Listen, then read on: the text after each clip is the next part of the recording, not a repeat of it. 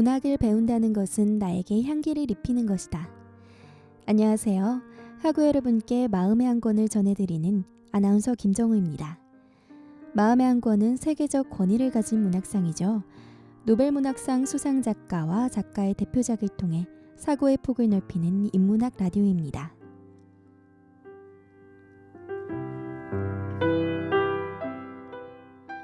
타인보다 우수하다고 해서 고귀한 것은 아니다.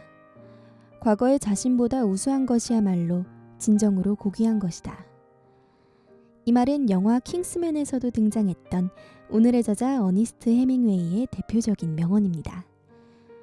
우리는 어느 순간 다른 사람과의 비교를 통해 자신의 가치를 발견하는 데 익숙해진 것 같은데요. 이처럼 타인을 자신의 모습을 비춰보는 거울로 삼는다면 그 속에 담긴 나는 왜곡되거나 초라해 보일 것 같습니다.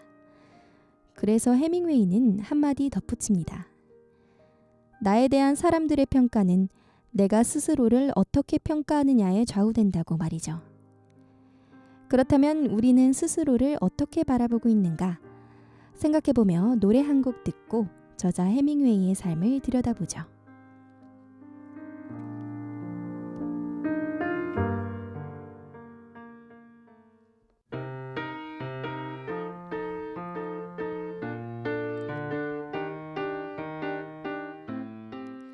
네, 노래 잘 들으셨나요? 그럼 지금부터 오늘의 저자 어니스트 해밍웨이의 삶을 들여다보겠습니다. 그는 앞서 소개해드렸던 많은 노벨문학상 수상자와 공통점을 가지고 있는데요. 아마 마음의 한 권을 꾸준히 청취하셨던 분들은 벌써 알고 계실 것 같습니다. 바로 그가 신문기자로 일했다는 점이죠. 이를 통해 해밍웨이는 압축성과 정확성에 중점을 두고 가급적 짧고 명료한 문장을 쓰는 법을 습득했는데요. 그는 신문사의 기사 작성 매뉴얼이야말로 글 쓰는 직업을 위해 배운 최고의 규칙들이었다라고 회고합니다. 이렇게 저널리즘 특유의 건조하고 간결한 문체가 그의 사유와 만나 해밍웨이 문체로 일컬어지는 독특한 문체의 밑거름이 된 것이죠. 그러던 중 그는 제1차 세계대전이 발발하자 전쟁 영웅이 되기를 꿈꾸며 현역 입대에 지원했지만 눈이 나빠 적십자 소속 운전요원으로 전장에 나갑니다. 혹자는 죽을지도 모르는 전쟁에 굳이 자원하다니 라고 생각할 수 있으나 당시에는 영웅이 되기를 동경했던 많은 청년들이 했던 생각이라고 하네요. 이쯤에서 사람 일은 정말 어떻게 될지 모르는 거야 라는 말이 생각납니다. 왜냐고요? 하고 여러분, 혹시 해밍웨이의 대표작 무기여 잘 있거라를 알고 계신가요? 이 작품의 토대가 되는 경험이 여기에서 등장하는데요. 그는 전장에서 적군의 포격으로 부상을 입고 파편 제거를 위해 후송되는데 이곳에서 짝사랑에 빠진 경험을 토대로 쓴 작품이 바로 무기여 잘 있거라라고 합니다. 어떻게 보면 해밍웨이는 전쟁에서 입은 부상을 통해 전쟁 영웅 대접을 받고 또 간호사를 짝사랑하며 자신의 대표작을 쓸 수 있었던 것이죠. 또한 그는 첫 장편 해는 또다시 떠오른다 라는 작품을 펴내 명성을 얻는데요. 이 소설은 제1차 세계대전 이후 젊은이들의 방황과 환멸을 사실적으로 묘사한 작품으로서 이른바 로스트 제네레이션으로 대표되는 길 잃은 세대의 바이블이 되었다는 점도 기억하셨으면 좋겠네요.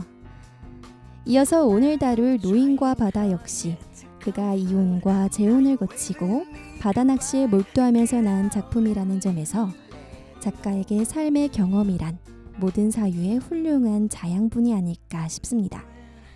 그럼 노래 한 곡 듣고 노인과 바다 감상해 보시죠. I'm cruising on the train.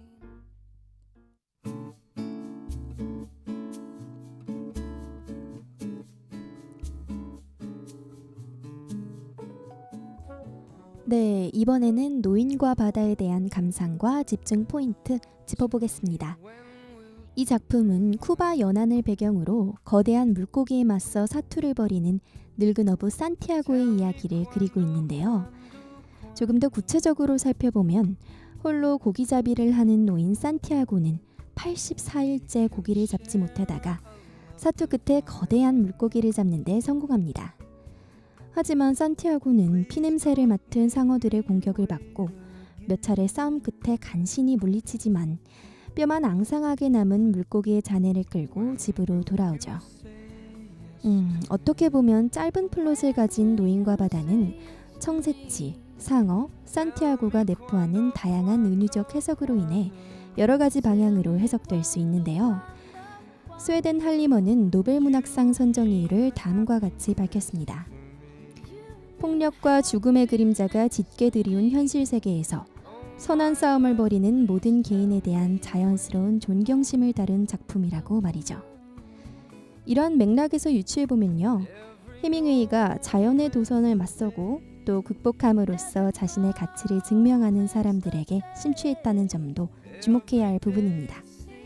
즉, 피가 흐르는 손으로 낚싯줄을 당기면서 자신의 한계를 시험하는 산티아고가 외적 투쟁을 통한 승리를 위해 고난을 견디는 인간 영혼의 능력을 증언하는 것으로 볼 수 있는 것이죠. 오늘의 집중 포인트 또한 이 같은 해석에서 기인합니다. 차라리 이게 한낱 꿈이었더라면 얼마나 좋을까. 이 고기는 잡은 적도 없고 지금 이 순간 침대에 신문지를 깔고 혼자 누워있다면 얼마나 좋을까.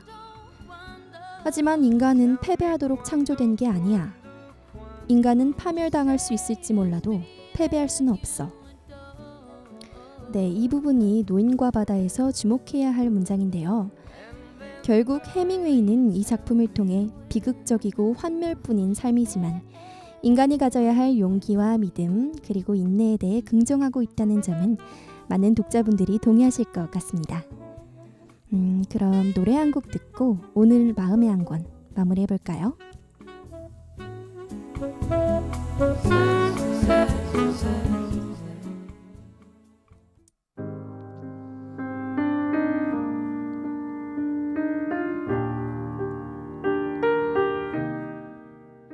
네, 오늘의 마음의 한 권 어니스트 해밍웨이의 노인과 바다 어떠셨나요?